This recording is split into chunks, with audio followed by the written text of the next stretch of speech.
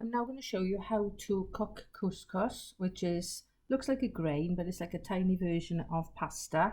And when you buy it, it's dried and it's a quick cook one. So all you need to do is to add some boiling water and stock to it. And then I'm going to use it to make a couscous salad, which you can make and eat like a pasta salad. You have it cold.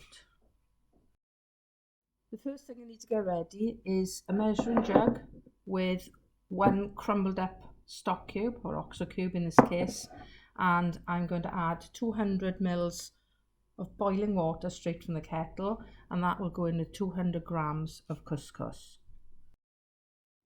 Because some jugs aren't that accurate, I'm going to put it on the weighing scales and I'm going to measure by grams, because water is the same in grams or mils. 200, it's gone a little bit over. I'm going to give it a quick stir and then I'm going to pour it in with the couscous. Another quick mix, and I'm going to cover it with cling film and leave it to steam cook. And that should take about 10 minutes. And you can probably see already it's starting to steam up. I'm going to now prepare the other ingredients I'm going to put into the couscous salad. I'm going to add some chopped up cherry tomatoes, and because you want to sort of pick up a forkful with a little bit of everything in, I'm cutting them up quite small. I'm just quartering them,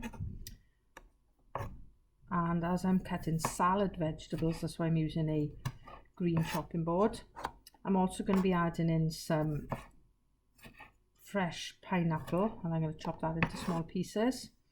I'm going to put some spring onions, some diced up cheddar cheese, and some cut up ham. So I'm going to cut everything quite small so it'll mix in nice and easily. So once you've done all your preparation, they can just go into separate little bowls or one little bowl, one bigger bowl even.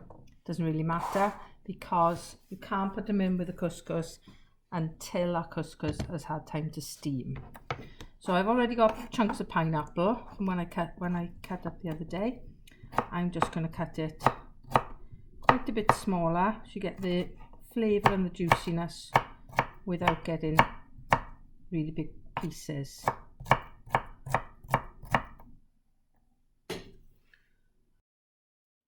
Next thing I'm going to prepare is some spring onions. I've cut the ends off, I've washed them.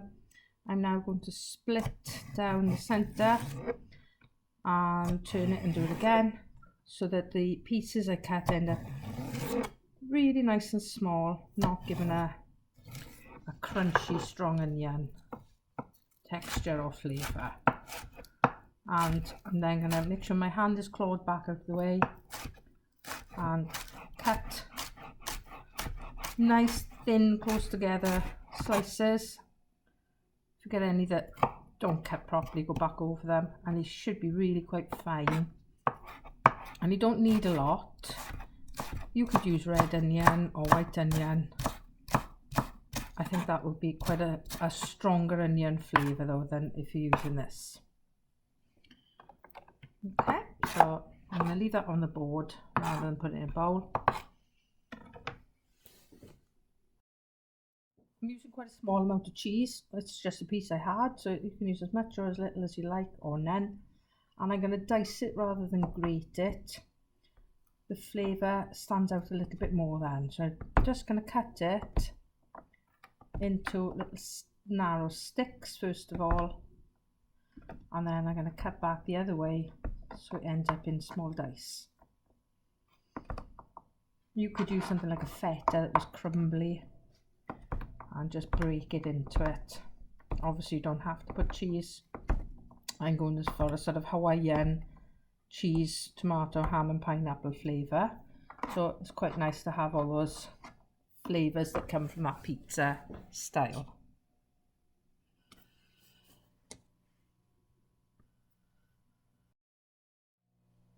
I'm going to use the scissors for the ham, so I'm not getting a yellow chopping board out because that would be for cooked meats obviously. And I'm just going to slip it onto the lid of the container that I brought some ingredients in. You could do it onto a plate, or you could do it straight into the bowl if your couscous was ready. So I'm just cutting it one way, cutting it the other way, and I'm probably going to use about half a packet of ham. I don't want loads. Just again, nice small pieces. This is quite a thin one. If I was using a thicker ham, I'd probably cut it with a knife and do it similar to how I did the cheese. So you get nice little pieces. But scissors is really good for chopping things in the kitchen. Quick, safe, and gives you nice small results. Right, I've got everything prepared and my 10-minute timer has gone off, so everything was prepared in that 10 minutes. So I'm now going to fluff up the couscous a little. And at this point, you need to just check that it's cooked enough.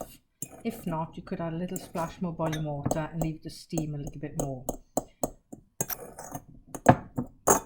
Just break it up with a fork before adding in the extra ingredients. After testing it, it's cooked. It is quite plain now, so what I'm going to do is add in a little bit of salt. So put it into your hand before sprinkling over. Obviously it's going to have flavours from the other ingredients, so I don't want to overdo the seasoning. I'm going to put a really tiny amount of olive oil. There's about a teaspoon left in the bottle, so that's plenty. And I'm going to grind in some black pepper. So you can do all this before you start adding in your flavours, just to check it's nicely seasoned. And then it's literally a case of tipping everything you've prepared in, same as when we made a pasta salad, and give it a good mix. It's eaten cold, so you would then put it in your container, put it in a bowl, whatever, cover it over and put it in the fridge. So again, using a fork because it cuts through it nice and easily without breaking up. Things like the tomatoes need to be quite gentle. Now at this point you could add something like a pesto or something to give it a bit more of a flavour. You could put some fresh herbs to it. So there's lots of different things you could do to make this a little bit different. But that's how you make a couscous salad.